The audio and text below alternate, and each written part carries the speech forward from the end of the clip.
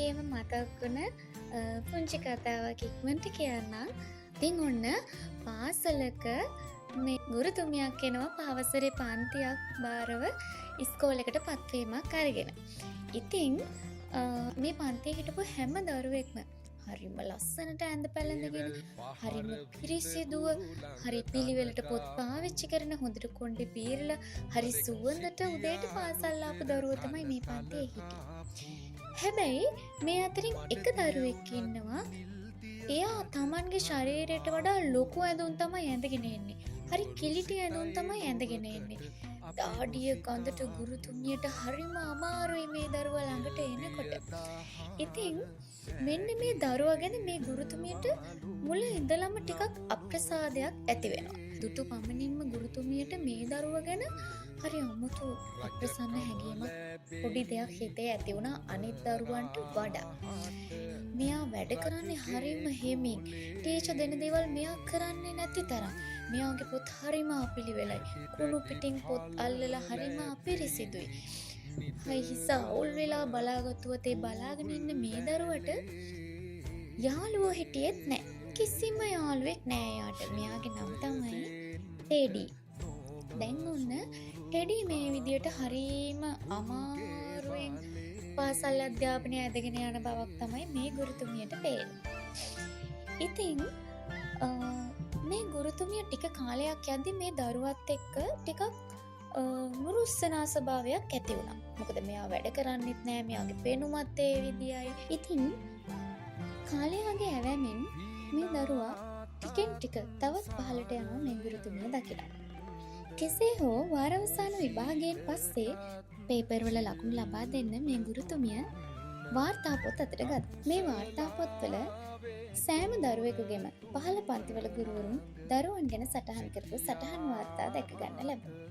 ඉතින් හැම දරුවෙකුගේම සටහන් වාර්තා බලපු ගුරුතුමිය බොහෝම කම්මැලි කමෙන් අවසානයේ ටෙඩිගේ වාර්තා පොතත් අතට ගත්තේ ලකුණු සටහන් කරන්න. ටෙඩිගේ වාර්තා පොත අතට ගනිපු ගුරුතුමිය ඊට පහළ පන්තිවල ගුරුවරුන් මේ දරුවා ගැන මොන වගේ විස්තරයක්ද සටහන් කළා තියෙන්නේ කියලා බලන්න පටන් ගත්තා. පළමු වසරේ ගුරුතුමිය මෙන්න මේ විදිහට ටෙඩි ගැන සටහන් කරලා තිබුණා. ටෙඩි අති දක්ෂ සිසුවෙක්. ඔහු මේ පාසලට ආඩම්බරයක්.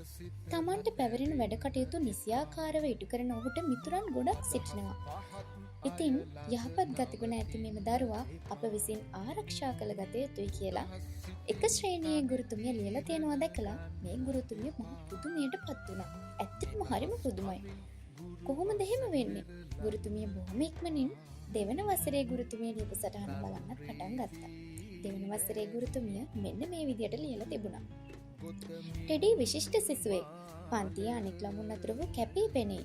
අනෙක් සිසුන් ටෙඩිට බෙහෙවින් ප්‍රිය නමුත් වසරේ අවසාන භාගයේ මවගේ රෝගී තත්ත්වය නිසා ඔහු බෙහෙවින් කම්පාවට පත් වී ඇති බව පෙනේ. ගුරුතුමියට ටිකක් වැටහෙන්න පටන් ගත්තා ටෙඩිට මොකද වෙලා තියෙන්නේ කියලා. ඉතින් තුන්වෙනි වසරේ ගුරුතුමියගේ සටහන බලන්න ඇයි නොයිවසිලිවන්ත වුණා. තුන්වෙනි වසරේ ගුරුතුමිය ටෙඩි ගැන මෙහෙම ලියලා තිබුණා. ඔහුගේ මවගේ මරණය ඔහුට විශාල බලපෑමක් එල්ල කර තිබෙනවා. සාමාන්‍ය තත්ත්වයට පත්වීමට ඔහු කොතරම් උත්සාහ කළත් ඔහුගේ පියාගෙන්වත් ඔහුට ඒ සඳහා උපකාරයක් ලැබෙන්නේ නැහැ. මේ තත්ත්වය දිගින් දිගටම පැවතුනහොත් ඔහුගේ අධ්‍යාපනය කඩාකප්පල් වෙන බව නොඅනුමානයි කියලා. ඉතින් ගුරුතුමියට තේරුම් ගියා ඇත්තටම ටෙඩිට මොකද වෙලා තියෙන්නේ කියලා. ටෙඩිගේ පේපර් වල රතු පෑනෙන් ලොකු අකුරෙන් වැරදි දාපු හැටි, ටෙඩි ඉස්සරහට මුණ ගැහෙනකොට අහක බලාගෙන ගියපු හැටි, ටෙඩිගේ දිහා බැලමකින්වත් ආදරෙන් නොබලපු හැටි මතක් වෙද්දී ගුරුතුමියගේ ඇස් වලින් කඳුළු වැగిරෙන්න පටන් ගත්තා. ගුරුතුමියට හදවත රිදෙන්න පටන් ගත්තා. බොහොම ඉක්මනින් අය හතර ශ්‍රේණියේ ගුරුතුමිය ටෙඩි ගැන ලියපු සටහන කියෙව්වා. හතර ශ්‍රේණියේ ගුරුතුමිය මෙන්න මේ විදියට ලියලා තිබුණා. පාසල් කටයුතු පිළිබඳව ඔහුගේ උනන්දුව අවම අතර බොහෝ විට පන්ති කාමරයේ නිදාගන්නේ. බොහෝ විට හුදකලාව සිටින අතර ඔහුට යාළුවන් නොමැත. ගුරුතුමිය හරියටම තේරුම් ගත්තා ටෙඩිට මොකද වෙලා තියෙන්නේ කියලා. ඉතින් වාරවස් ගුරුතුමියට හරිම දුකයි. නැවත ටෙඩි හමු වෙලා ඔහුගෙන් සමාව ගන්න තරමට ගුරුතුමියට දුක හිතුණා. ඉතින් වාර අවසානයේ විභාගයෙන් පස්සේ සියලුම දරුවන් ගුරුතුමියට තෑගි දෙන්න පුරුදු වෙලා හිටියා. සියලු දරුවන් ඉතා ලස්සන අලංකාර තෑගි කොළ වලින් ලදපු තෑගි අරගෙන ගුරුතුමිය බලන්න ආවා. ටෙඩිත් ගුරුතුමිය බලන්න තෑග්ගක් අරගෙන ආවා. හැබැයි ඒ තෑග්ග හරි දුප්පත් තෑග්ගක්. ඒ තෑග්ග උතලා තිබුණේ හරිම රළු පරණ බ්‍රවුන් පේපර් බෑග් එකක්. ඒ වගේම ඒක ඇතුලේ තිබුණේ බාගෙට ඉවර වෙච්ච සුවඳ විලවුන් බෝතලයක්. ඒ වගේම පරණ මුතුවට මාලයක්. ටෙඩි මේ තෑග්ග අරගෙන එනකොටම ගුරුතුමිය හරිම සතුටින් හරිම කැමැත්තෙන් මේ තෑග්ග තමයි මුලින්ම ගන්නෙ. ඒක අරගෙන ඇය මේ මුතුවට මාලේ පැලඳ ගන්නවා. ඒ බාගෙට ඉවරුණු සුවඳ විලවුන් බෝතලයෙන් තමන්ගේ ඇඟේ සුවඳ තවර ගන්නවා. මේ තමයි ටෙඩිගේ මියගිය අම්මා පාවිච්චි කරපු සුවඳ විලවුන් බෝතලය. ඇය පාවිච්චි කරපු පරණ මුතුවට මාලය. තමන්ගේ ගුරුතුමිය මේ මුතුවට මාලය පැළඳගෙන මේ සුවඳ විලවුන් තවරගෙන ඉන්නකොට ටෙඩිට හරිම සතුටුයි. ටෙඩි ගුරුතුමිය ළඟට ඇවිල්ලා මෙහෙම කිව්වා. අද මිස් ළඟින් එන්නේ අපේ අම්මගේ සුවඳ. ගුරුතුමියට හරිම සතුටුයි. කවදාවත් hina වෙනවා දැක්ක නැති මේ කිරිටි කොල්ලගේ මූණේ හරි ලස්සන hinaවක් ඇය දැක්කා. හරි අහිංසක hinaවක් ඇය දැක්කා.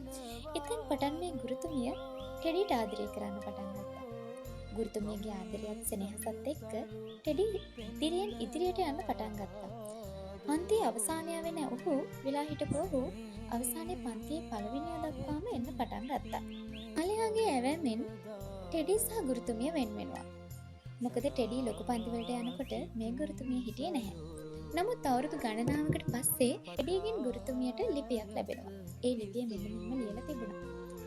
මගේ ජීවිතේ මට හමු වුණු හොඳම ගුරුතුමිය ඔබයි කියලා. ගුරුතුමියට හරිම සතුටුයි. තවත් අවුරුදු කිහිපයකට පස්සේ ටෙඩි අධ්‍යාපන කටයුතු අවසන් කළා. ඒ කාලයේදී ගුරුතුමියට මේ විදිහටම ලිපියක් ලැබුණා.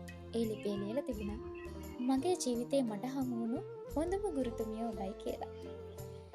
තවත් කාලයකට පස්සේ ටෙඩි විශ්වවිද්‍යාලයට තේරෙපත් වෙලා තිබුණා විද්‍යාවේදී උපාධිය හදාරන්න. ඔහු නැවත ලිපියක් ගුරුතුමියට එවා තිබුණා. ගුරුතුමියනි, මගේ ජීවිතේ මට හමු වුණු හොඳම ගුරුතුමිය ඔබයි කියලා. ඒ වගේම තවත් ටික කාලයකට පසුව ටෙඩි විවාහ වෙන්න බලාපොරොත්තු වුණා. ඒ කාලේදී ටෙඩිගෙන් ගුරුතුමියට ලිපියක් ලැබුණා. ගුරුතුමියනි, මම ඊළඟ මාසයේදී විවාහයටපත් වෙනවා. මගේ පියා ගිය අවුරුද්දේ මිය ගියා. නමුත් ඔහු කිව්වා මගේ විවාහ මංගල්‍යයට ගුරුතුමියට ආරාධනා කරන්න. ඉතින් මිස්, ඔයා එනවා නේද? ටෙඩි එහෙම ලියලා තිබුණා. ලියුමේ අවසානයේ ඔහු ගුරුතුමියනි, මගේ ජීවිතේ මට හමු වුණු හොඳම ගුරුතුමිය ඔබයි කියලා ලියන්න අමතක කරලා තිබුණේ නැහැ. ගුරුතුමිය සූදානම් වුණා විවාහ උත්සවයට යන්න. ටෙඩිගේ අම්මගේ පරණ මාලේ පැළඳගෙන ඒ සුවඳ විලවුන් තවරගෙන ගුරුතුමිය විවාහ උත්සවයේ සඳහා සහභාගී වුණා. එතකොට ටෙඩි මහාචාර්යවරයෙක්. ටෙඩිට ගුරුතුමිය දැක්කම අම්මා තාත්තා දෙන්නම දැක්කා වගේ සතුටක් ඇති වුණා. ටෙඩිගේ ඇස් දෙකෙන් කඳුළු වැටුණා. ටෙඩි ගුරුතුමියට ළඟ වෙලා මෙහෙම කිව්වා. පස්වෙනි පන්තියේදී මගේ ජීවිතේ වෙනස් කළ ගුරුතුමිය ඔබයි. මම එදා දුන්නු අම්මගේ පරණ මාලේ, ඒ පරණ සුවඳ විලවුන් බෝතලය හැමෝම ළමයි ඉදිරියේ අගය කරලා ඔබතුමිය පිළිගත්තු හැටි මගේ ජීවිතේ එතනින්ම වෙනස් වුණා. මං අද මහාචාර්යවරයෙක් වෙලා ඉන්නේ ගුරුතුමියනේ ඔබ නිසායි.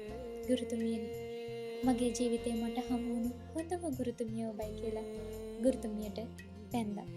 ඉතින් මේ කතාව හරිම ලස්සන කතාවක්. ගුරුවරු හැමෝටම, දරුවන් හැමෝටම හොඳ පණිවිඩයක් දෙන කතාවක්. මේ කතාව කියද්දී අපිටත් මතක් වෙනවා අපේ ආදරණීය ගුරුවරු. එහෙම නේද? ගුරුවරයෙකුට පුළුවන් දරුවෙකුට අම්ම කෙනෙක් වෙන්න, යාළුවෙක් වෙන්න. දැකලා නැද්ද? ගෙවල් වලදී අම්මලා කාටවත් කියන්න එපා පුතේ කියලා එවන පුංචි පණිවිඩ. දරුවෝ කාටවත් නොකියන පණිවිඩ ඇවිල්ලා ගුරුවරුන්ට කියනවා දැකලා නැද්ද?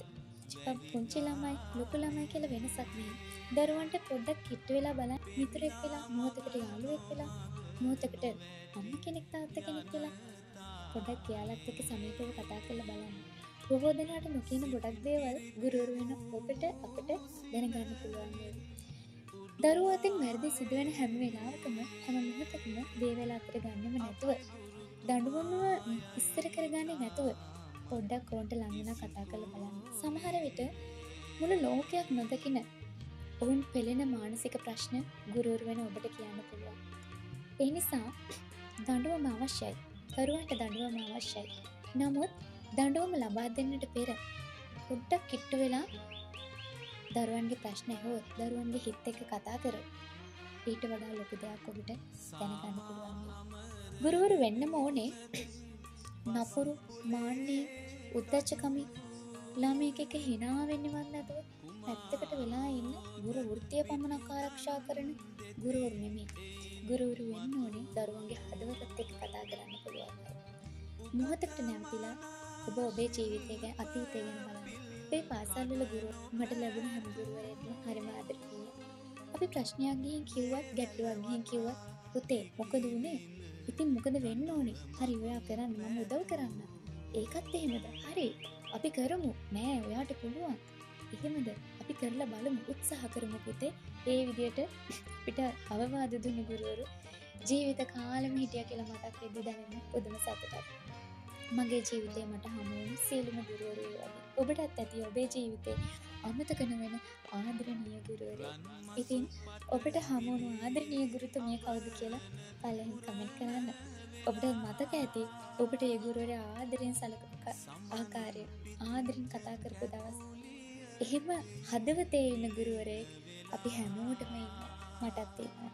ඉතින් එක ශ්‍රේණියේ ඉඳලා 13 වෙනි ශ්‍රේණිය දක්වාම ආදරෙන් සැලකපු, අපිව ආදරෙන් බලාගන්නපු, අපිට යාළුවෝ වුණු, අපිට මිතුරෝ වුණු ආදරණීය ගුරුවරු, විදුහල්පතිවරු හැම දෙනාටම බොහෝම ආදරේ, බොහෝම ආදරේ කියලා මේ කතාව කියද්දි මට කියන්න හිතුණා. මොකද ගුරුවරයා කියන්නේ ඇත්තටම දෙවියෙක්.